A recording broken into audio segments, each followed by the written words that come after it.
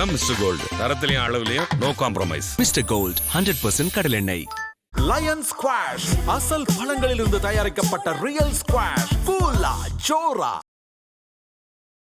மேஷராசிக்கு பராபவ வருடம் நல்ல வருடமாக பிறக்குது, யோகமான வருஷமாக பிறக்குது. ஒரு ஆஃபீஸ்லேயே ஒர்க் பண்ணுறீங்க, அப்போ தான் நான் சொன்னேன் உங்களுக்கு ஃப்ரண்ட் ஆஃபீஸா பேக் ஆஃபீஸா, பேக் ஆஃபீஸை செலக்ட் பண்ணி ஒர்க் பண்ணுங்க, உங்களுக்கு ஒரு வளர்ச்சி ரொம்ப நல்லா இருக்கும். அப்படி வந்து தொழில் 7.5 சனி பிடிச்சிருச்சே.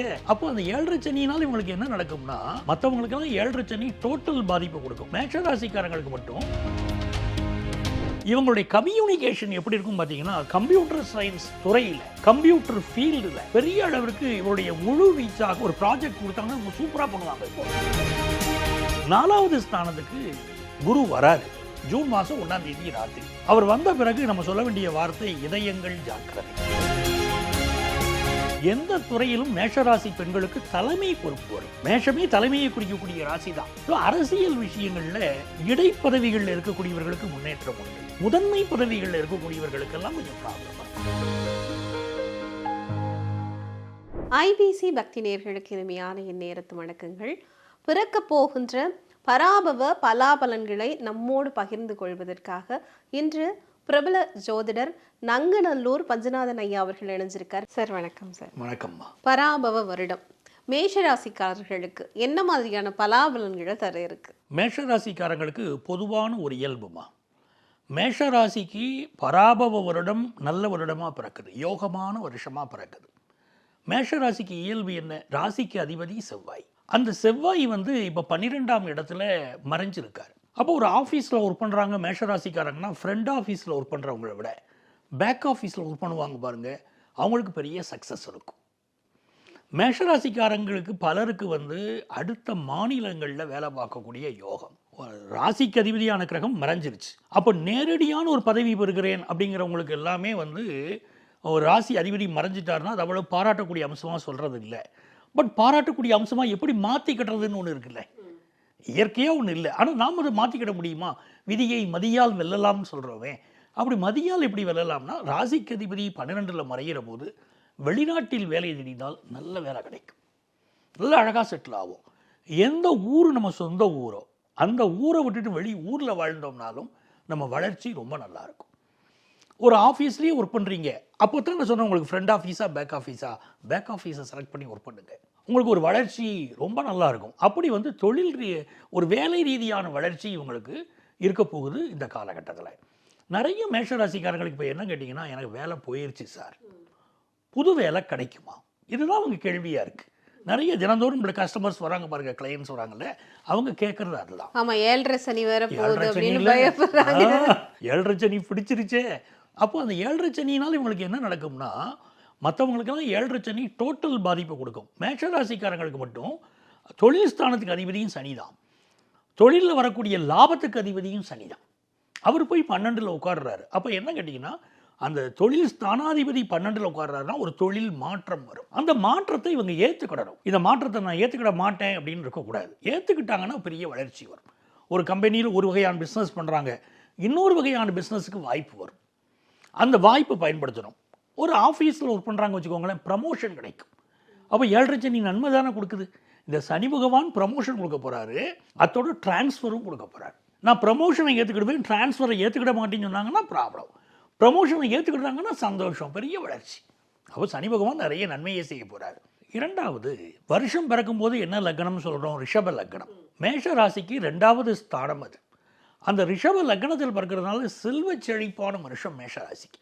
நிறைய பேர் பொருளாதார ரீதியாக நான் நல்லா இருப்பேனா அப்படின்னு கேட்டுக்கிட்டு இருக்காங்க. மிகப்பெரிய அளவிற்கு இவங்களுக்கு நன்மைகள் உருவாகும், பொருளாதார ரீதியான முன்னேற்றங்கள் அவங்களுக்கு உண்டு. வருஷம் ஆரம்பிக்கும் போதே பூர்வ புண்ணியாதிபதி சூரியன் ராசியில் வந்து உட்காந்துட்டார், சப்தமாதிபதி சுக்கிரன் உட்காந்துட்டார். இதுக்கெல்லாம் என்ன அர்த்தம்னா, குடும்பத்தில் கல்யாணம் கூடி வரப்போகுது. அது மேஷராசிக்காரங்க நிறைய பேருக்கு காதல் கல்யாணம் கூடி வரப்போகுது. அது மிக முக்கியமாக எதிர்பார்த்துக்கிட்டு இருப்பாங்க, இளைஞர்கள் எதிர்பார்ப்பாங்க. எங்கள் எதிர்பார்ப்பு பூர்த்தி ஆகும்னா கல்யாணம் ஃபிக்ஸ் ஆகும், காதல் கல்யாணம் ஃபிக்ஸ் ஆகும். நிறைய மேஷராசிக்காரங்களுக்கு சுப வருஷமாக இருக்கும். ஒன்று இவங்களுக்கு கல்யாணம், இல்லை இவங்க பிள்ளைகளுக்கு கல்யாணம், இல்லை இவங்க பேரம்பேத்திகளுக்கு கல்யாணம், எப்படினாலும் அந்த சுப செய்தி வந்துடுது. குரு பகவான் 3ஆம் இடத்துல அப்படி உட்கார்ந்துருக்கிறார். இவங்களுடைய கம்யூனிகேஷன் எப்படி இருக்கும் பார்த்தீங்கன்னா, கம்ப்யூட்டர் சயின்ஸ் துறையில் கம்ப்யூட்டர் ஃபீல்டில் பெரிய அளவிற்கு இவருடைய முழு வீச்சாக ஒரு ப்ராஜெக்ட் கொடுத்தாங்கன்னா நம்ம சூப்பராக பண்ணுவாங்க. இப்போ ரொம்ப திறம்பட செய்வாங்க, நல்ல பேர் கிடைக்கும். ஐடி ஃபீல்டு வந்து எங்களுக்கு ரொம்பவே சிறப்பாக இருக்கும். ரொம்ப சிறப்பாக இருக்கும். ஐடி ஃபீல்டில் கொடிகட்டி பறப்பாங்க. டீச்சிங் ப்ரொஃபஷனில் நல்ல பேரும் புகழும் கிடைக்கும். ஃபினான்ஷியல் செக்டாரில் ஒர்க் பண்ணுறவங்களுக்கு பெரிய வளர்ச்சி இருக்கும். எலக்ட்ரிக்கல் எலக்ட்ரானிக்கல் துறையை சேர்ந்தவர்களுக்கெல்லாம் வளர்ச்சி ரொம்ப நல்லா இருக்கும். அப்போ இதெல்லாம் இந்த ஆண்டு மேஷராசிக்கு கிடைக்க போகிற ஒரு அற்புதங்கள். 4வது ஸ்தானத்துக்கு குரு வராரு ஜூன் மாதம் 1ஆம் தேதி ராத்திரி. அவர் வந்த பிறகு நம்ம சொல்ல வேண்டிய வார்த்தை இதயங்கள் ஜாக்கிரதை. ஏன்னா இதயத்தில் வந்து கொழுப்படைக்குது. குருனா கொழுப்பை குறிக்கக்கூடிய கிரகம். 2 விஷயம் இருக்குது. இதயங்கள் ஜாக்கிரதைனா மனசை பறி கொடுப்பாங்க அடுத்தவங்கள்ட்ட, அது ஒன்று. நான் சொல்வது இந்த இடத்துல உடல் சார்ந்த விஷயங்கள் கவனமாக இருக்கணும். சொத்துக்கள் வாங்குகிற போது எச்சரிக்கையாக இருக்கணும். பிறர்கிட்ட சொத்து வாங்குவோம், நிறைய பணத்தை கொடுத்து வாங்குவாங்க. இவங்க வந்து எது வாங்கினாலும் கேஷ் கொடுத்து கையில் கொடுத்து வாங்கணும், நமக்கு வந்து டேக்ஸை அவாய்ட் பண்ணணும் அப்படின்னு இல்லாமல் முறைப்படி இவர்கள் வந்து லீகலாக பணம் கொடுக்கறது, அதாவது செக்கை கொடுக்கறது, முறையான டிரான்சாக்ஷன் இவங்க வச்சுக்கிட்டாங்கன்னா பின்னால் பெரிய பிரச்சனைகள் வராது. இந்த பிளாக்ல பணம் கொடுக்கறது, ஒயிட்டில் கொடுக்கறது, கம்மியாக கொடுக்கறது பண்ணுறாங்க பாருங்கள், அவங்களுக்கெல்லாம் ப்ராப்ளம் வரும். அப்போ முறைப்படியாக பணம் கொடுத்து இவர்கள் சொத்துக்கள் வாங்குவது என்பது ஒரு பாதுகாப்பை தரும். அதே போல் இவங்களுக்கு பார்த்தீங்கன்னா குலதெய்வத்துடைய அருள் ரொம்ப சூப்பராக இருக்கும். கல்யாணம் ஆகி குழந்தையே பிறக்கலை அப்படிங்கிறவங்களுக்குலாம் இப்போ நல்லா குழந்தை பாக்கியம் உண்டாயிருமே. நிறைய பேர் காத்துட்ருக்காங்களே, ஃபெர்டிலிட்டி சென்டர் கூடி போயிருச்சு இப்போ நாட்டில். இந்த காலகட்டத்தில் நல்லா குழந்தை பாக்கியம் உண்டாக போகுது. அது யோகமாக இருக்குது. நிச்சயமாக. அப்போ உடல் நலத்தை பொறுத்த வரைக்கும் புதன் 12ல் மறைஞ்சிருக்கிறார். ஹெல்த்தில் கொஞ்சம் கான்சென்ட்ரேட் பண்ணுங்கள், நிறைய நன்மையை அது கொண்டு வந்து கொடுக்கும். ஸோ அப்படி ஒரு யோகமான அமைப்பு இருக்குது. வரவு அப்படிங்கிறது எவ்வளோ % இருக்கும், செலவு அப்படிங்கிறது எவ்வளோ % இருக்கும்? பொதுவாகவே இந்த ஆண்டு வந்து எல்லா ராசிக்காரர்களுக்கும் பொதுவாக பார்த்தோம்னா வரவை விட செலவு கொஞ்சம் கூடுதலாக இருக்கும். வரவு நீங்கள் 50ன்னு சொன்னால் செலவு 53 ரூபாயாக இருக்கும். அப்படி ஒரு கணக்கு. மேஷராசிக்காரர்களுக்கு எப்படி இருக்க போகிறது? வரவு மிக நல்ல வரவு 60% வரவு, செலவு 72% இருக்கும். அந்த செலவுகளில் சுப செலவுகளாக இவங்க மாற்றிக்கிட்டாங்கன்னா நல்லா இருப்பாங்க. மாணவர்களுக்கு இந்த வருடம் எப்படியான பலாபலன்களை தரப்போகுது? பள்ளிக்கூடம் படிக்கக்கூடிய மாணவர்கள், இந்த மாணவர்களுக்கு வந்து இதுவரைக்கும் ஸ்கூலுக்கு போக மாட்டேன்னு சொல்லிட்டு இருந்த ஸ்டூடெண்ட்ஸ் கூட சந்தோஷமாக போக ஆரம்பிச்சுருவாங்க. முக்கியமான விஷயம் 10th +1 +2 பேரண்ட்ஸ் ரொம்ப கவனமாக பார்த்துக்கிட்டே இருப்பாங்க. அந்த ஸ்டூடெண்ட்ஸ்க்கு ஒரு பெரிய வளர்ச்சி இருக்குது, நல்ல ஸ்கோர் போடுவாங்க. மேஷராசி மாணவர்கள் வந்து நல்ல ஸ்கோர் பண்ண போகிறாங்க. அந்த குருவுடைய ஒரு அனுக்கிரகத்தினால நல்ல டீச்சர்ஸ் கிடைப்பாங்க. தனிப்படிப்பு படிக்கிறவர்களும் அது மூலமும் நல்ல ஸ்கோர் பண்ணுவாங்க. பள்ளிக்கூட படிப்பும் நல்லா இருக்கும்.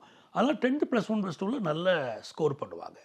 ஹையர் எஜுகேஷன், டெக்னிக்கல் எஜுகேஷன், அதுமாதிரி கம்ப்யூட்டர் சயின்ஸ் சம்மந்தப்பட்ட எஜுகேஷன், இதெல்லாம் எடுக்கக்கூடியவர்களுக்கு ஹையர் எஜுகேஷன் நான் சொல்வது கல்லூரி கல்வி, அதுவும் ஒரு பெரிய வளர்ச்சியை மாணவர்களுக்கு கொண்டு. கண்டிப்பாக இந்த காலத்தில் தான் +2 வரும், இந்த காலத்தில் தான் அவங்க வந்து இதுக்கு போவாங்க, கல்லூரிக்கு போகிற காலமும் இதுதான். இது கரெக்டாக இருக்கும் உங்களுடைய வழிகாட்டு. ஆமாம். அப்போ அவர்கள் சரியான ஒரு கல்வி அவங்க எடுத்து படிப்பாங்க.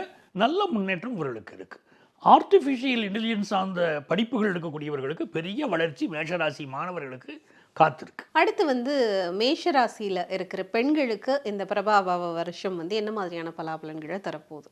வருஷம் பிறக்கும் போதேமா பெண்களை குறிக்கக்கூடிய சுக்கிர கிரகம் மேஷராசியில் அமர்ந்து தான் வருஷம் பிறக்குது. பெண்களுக்கு இது கொண்டாட்டமான வருஷம், மகிழ்ச்சியான வருஷம். எந்த துறையிலும் மேஷராசி பெண்களுக்கு தலைமை பொறுப்பு வரும். மேஷமே தலைமையை குறிக்கக்கூடிய ராசி தான். அதில் சுக்கிரன் உட்கார்றாருன்னு சொல்லும்போது சூரியன் வேறு இருக்காருங்கன்னு சொல்கிறச்ச இவங்களுக்கு மிகப்பெரிய அளவுக்கு தலைமை பொறுப்புகள் வந்து சேரப்போகுது எல்லா ஃபீல்டுலேயுமே. அதுபோக இந்த வண்டி வாகனங்கள் கற்றுக்கொள்வது, 4 வீலர் கற்றுக்கொள்ளக்கூடிய பெண்களுடைய எண்ணிக்கை அதிகரிக்கும். ஸோ நல்ல வகையில் இவர்கள் திறமையை வெளிக்காட்டுவாங்க. குடும்ப வாழ்க்கையில் சில முடிவுகளை இவர்கள் ஆணித்தரமான முடிவுகள் எடுப்பாங்க, தைரியமான முடிவுகள் இவர்களுக்கு இருக்கும். அதனால் இந்த ஆண்டு வந்து அது பெண்களுக்குரிய ஆண்டுனே, மேஷராசி பெண்களுக்குரிய ஆண்டுனே எடுத்துக்கலாம், ரொம்ப நல்லா இருக்கும். மேஷராசியை சேர்ந்த அரசியல்வாதிகளுக்கு இந்த பிரபாபவ வருஷம் அப்படிங்கிறது என்ன மாதிரியான பலாபலன்களை கொடுக்கும்? மேஷராசியை சேர்ந்த அரசியல்வாதிகளுக்கு பார்த்தீங்கன்னா சூரியன் ராசியில் இருக்காரு, அது நல்ல விஷயம். ஆனால் இவர்களுக்கு வந்து சனி பகவான் 12ல் மறைகிறார். தொழில் ஸ்தானாதிபதியாக இருக்கக்கூடிய கிரகமும் ஜனநாயக கிரகம் சொல்லக்கூடிய சனி பகவான் 12ல் மறைகிறார். ஸோ அரசியல் விஷயங்களில் இடைப்பதவிகளில் இருக்கக்கூடியவர்களுக்கு முன்னேற்றம் உண்டு, சரிங்களா? முதன்மை பதவிகளில் இருக்கக்கூடியவர்களுக்கெல்லாம் கொஞ்சம் ப்ராப்ளம் இருக்கும். அப்போ முதன்மை பதவிகளுக்கு ஆசைப்படாமல் ஒரு பிற்புலத்திலே இருந்து பேக் ஆஃபீஸ்லேருந்து ஒர்க் பண்ணுறதுன்னு சொல்கிறோம் பாருங்க, அந்த மாதிரி இருக்கக்கூடியவர்கள் சிறிய பதவிகளில் இருக்கக்கூடியவர்களுக்கு முன்னேற்றம் இருக்கும். மேஷராசிக்காரர்களுக்கான இந்த வருடத்துக்கான பிடிச்சு இறுக்கி பிடிக்க வேண்டிய தெய்வம் யார், செய்ய வேண்டிய பரிகாரங்கள் என்ன? மிக முக்கியமான பரிகாரம் வெள்ளிக்கிழமைகளில் இவர்கள் செய்ய வேண்டிய பரிகாரம். என்ன செய்யணும்னா, வெள்ளிக்கிழமைகள் இவர்கள் வீட்டு பூஜை அறையிலேயே குலதெய்வத்துடைய படத்தையோ சிலையையோ அது எப்படி வழிபாட்டு முறை செய்வார்களோ அப்படி வைத்து அதற்கு முன்பாக 6 பழங்கள், 2 வெத்தலையோ 6 வெத்தலை, ஒவ்வொரு அந்த வெத்தலைங்கிறதுனாலே ஒரு வெத்தலைங்கிறது 2 வெத்தலையே சொல்கிறோம், 2 வெத்தலையை வைக்கணும். அப்படி 6 வெத்தலைகள், அதற்கு மீது கொட்டைப்பாக்கு வைத்து ஒவ்வொரு வெள்ளிக்கிழமையும் கற்பூர தீபம் ஏற்றி இவர்கள் வழிபாடு செய்யணும். அப்படி வழிபாடு செய்கிற போது இவர்களுடைய கோரிக்கைகள் எதுவாக இருந்தாலும் பலிக்கும். இன்னொரு புறம் இது தெய்வீக வழிபாடு இவர்களுக்கு. இவர்கள் செய்ய வேண்டிய வாழ்வியல் பரிகாரம் என்ன அப்படின்னா, யாருக்கு தண்ணீர் தேவையோ குடிப்பதற்கு தண்ணீர் கொடுத்து உதவ வேண்டும். குறிப்பாக கால்நடைகளுக்கு கோடைகாலம் வருது வச்சுக்கோங்களேன், அவங்களுக்கு நல்ல தண்ணீர் குடிப்பதற்கு கொடுத்தால் இவர்களுக்கு வாழ்க்கையில் பொருளாதார கஷ்டமே இருக்காது, குடும்ப வாழ்க்கையும் நிம்மதியாக இருக்கும். தெய்வங்களில் குறிப்பிட்ட தெய்வம் நாங்கள் வழிபாடு செய்யணும் அப்படின்னு சொன்னால் கருமாரி அம்மனை வழிபாடு செய்யணும். கருமாரி அம்மனுக்கு இவர்களால் இயன்ற கிழமைகளில் பால் அபிஷேகம் செய்யணும். பால் அபிஷேகம் செய்து வழிபடுவதும், 2ஆம் இடத்தின் அதிபதி சுக்கிரனாக இருப்பதனால் இனிப்பு, இப்போ லட்டு நைவேத்தியம் அப்படின்னு கருமாரி அம்மனுக்கு செய்தாலும் இவர்களுக்கு பெரிய வளர்ச்சி இந்த ஆண்டு காத்திருக்கிறது. இவர்களை பொறுத்த வரைக்கும் இந்த ஆண்டு எத்தனை பெர்சன்டேஜ் நல்ல பலாபலன்களை கொடுக்க போகுது? 72% அவங்களுக்கு நல்ல பலன்கள் காத்திருக்கு. பிறக்க போகிற இந்த பராபவ வருஷம் மேஷராசிக்காரர்களை பொறுத்த வரைக்கும் ஒரு மிகப்பெரிய அனுகூலமான ஆண்டாக அமையணும் அப்படிங்கிறது தான் எங்களுடைய பிரார்த்தனைகள். இந்த காணொளிக்கு ரொம்பவே நன்றி. ரொம்ப மகிழ்ச்சி. மேஷராசிக்காரங்களுக்கு என்னுடைய வாழ்த்துக்கள். வளமான வாழ்க்கை உங்களுக்கு அமைய போகுது. அதான் மிஸ்டர் கோல்டு, தரத்திலையும் அளவுலையும் நோ காம்ப்ரமைஸ். மிஸ்டர் கோல்ட் 100% கடலெண்ணெய். லயன் ஸ்குவாஷ் அசல் பழங்களிலிருந்து தயாரிக்கப்பட்ட ரியல் ஸ்குவாஷ், ஃபுல்லா ஜோரா.